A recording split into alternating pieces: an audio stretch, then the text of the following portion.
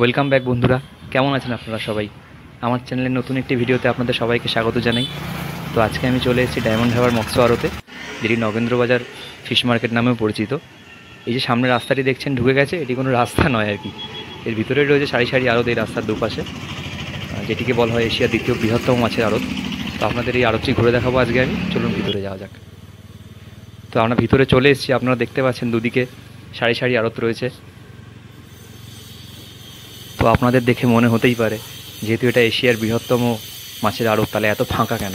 তো আপনাদের জানিয়ে রাখি যে বৈশাখ জ্যৈষ্ঠ এই 2 মাস এখানে মাছ ধরা বন্ধ থাকে, সমুদ্রে মাছ ধরা নিষেধাজ্ঞা থাকে সরকারের পক্ষ থেকে। তাই এই 2 মাস আড়তও বন্ধ থাকে, যেহেতু এটি পুরো সামুদ্রিক মাছের ওপর ডিপেন্ড করে চলছে। এখানে কোনো পুকুরের মাছ বা ভেড়ির মাছ পাওয়া যায় না, পুরোটাই সামুদ্রিক মাছের ওপর। তো এখানে এখন আড়তগুলোর কাজও চলছে, আর 2-1 দিন পরেই শুরু হয়ে যাবে সব কিছু জোর কদমে। তো এইগুলোই হচ্ছে আড়ত। আর পিছনে এইগুলো রয়েছে পিছনে একদম, এগুলো হলো চাকন ঘর যেগুলোকে বলে, যেখানে মাছ প্যাকিং হয়ে বাইরের মার্কেটে যায়। এই যে এগুলো দেখুন দুপাশে।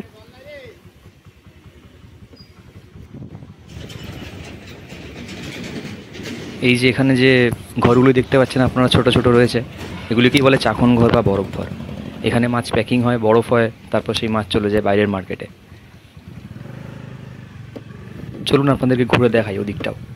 এটি ছিল আড়তের একদম শেষ প্রান্ত। আর এবার আমরা যাবো আড়তের পিছন দিকে, ওই সাইডটাতে। ওদিকেও রয়েছে বেশ কিছু চাকন ঘর, তো ওগুলোও দেখাবো আপনাদেরকে। চলুন। এই যে সামনে এগুলো হলো চাকন ঘর। এই যে ক্যারেট রাখা রয়েছে, এই যে কন্টেনারগুলো দেখতে পাচ্ছেন আপনার হলুদ কালারে বা সাদা কালার, এগুলো হলো মাছের কন্টেনার। এগুলোতে মাছ বাইরে যায়। আর এটি হলো বরফ ভাঙার মেশিন।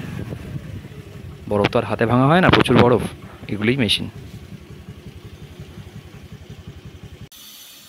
আমি স্কুটি থেকে নেমে আপনাদের আরেকবার দেখিয়ে দিলাম ভিউটা, আড়তের ভিউটা। এগুলি হচ্ছে আরও একটা দেখুন, নামও লেখা রয়েছে।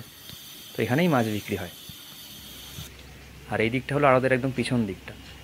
এগুলো চাকন ঘর ছোটো ছোটো। আমার পিছনেও একটি রয়েছে দেখুন, এই যে ক্যারেট ফ্যারেট ভর্তি রয়েছে। আর এই জায়গাটা এত ফাঁকা আপনারা দেখছেন, আর 2-1 দিন পরে এলে কিন্তু এত ফাঁকা দেখতে পাবেন না। আর এটি হলো বরফের মেশিন। বরফ যেখানে তৈরি হয়, বরফ ফল, সেখানের মেশিন। কুলিং মেশিন সম্ভবত, আমার অতটা জানা নেই। তবে এখানে বরফ তৈরি হয়। সমস্ত ব্যবস্থাই রয়েছে এখানে, পুরো পরিকাঠামো একদম ঠিকঠাক।